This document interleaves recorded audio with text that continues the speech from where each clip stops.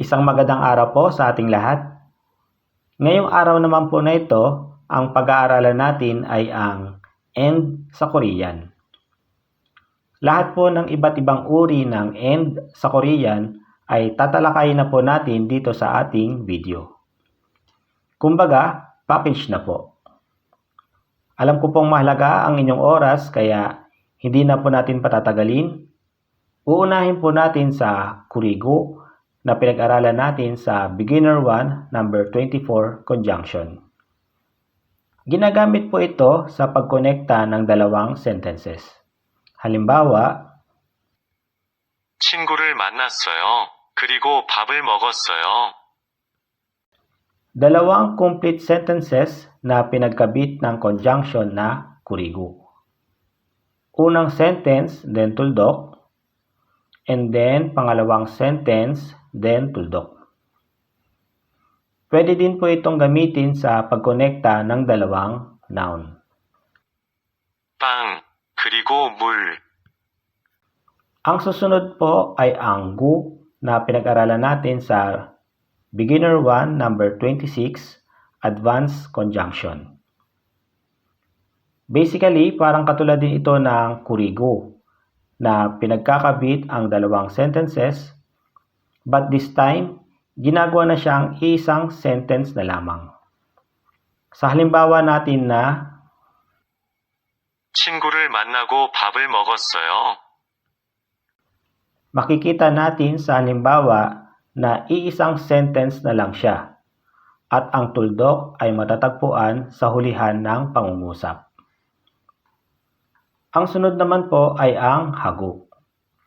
Kung maaalala po ninyo, pinasadahan natin ito sa Beginner 1, number 14, nung nag-aral tayo ng noun plus juseo. Ang actual structure po talaga nito ay hada plus gu. Ginagamit po ito sa pagkabit ng dalawang noun. 사과하고 오렌지. At nagagamit din po ito sa pagkabit ng mga sentences na nagtatapos sa hada verb. Halimbawa, 저는 공부하고 운동하고 요리하는 것을 좋아합니다. ito po ay pwedeng gamitin sa speaking and writing. Ang sunod naman po ay ang gwa at wa. Ito po ay ginagamit sa pagkabit ng dalawang noun. Kapag ang noun ay nagtatapos sa consonant, gwa po ang ating gagamitin. At kapag naman ang noun ay nagtatapos sa vowel, wa naman po ang gagamitin.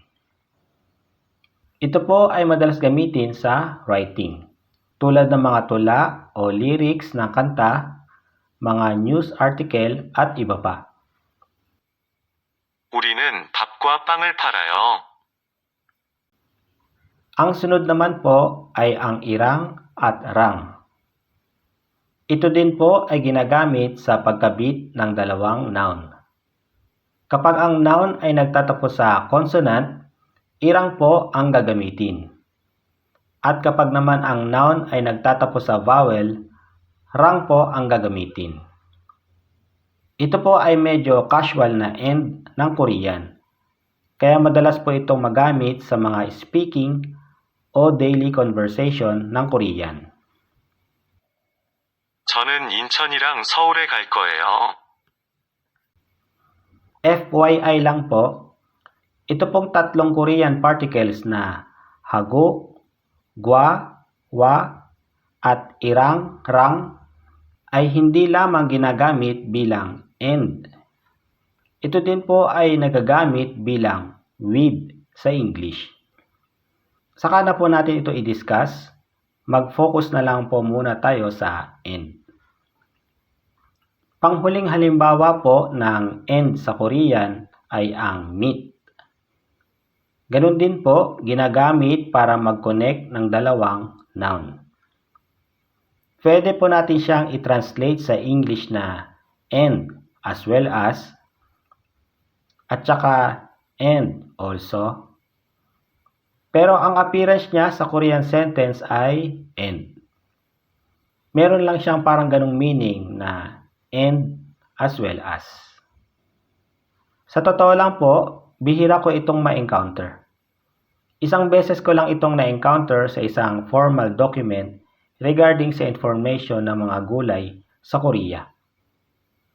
Kung ma-encounter po ninyo ito, at least di na po kayo magugulat dahil nabanggit din naman natin dito sa ating channel. 크리스마스는 가족 및 친구들과 함께하는 날입니다. Hanggang dito na lang po. Magkita po ulit tayo sa susunod nating video. God bless po sa ating lahat.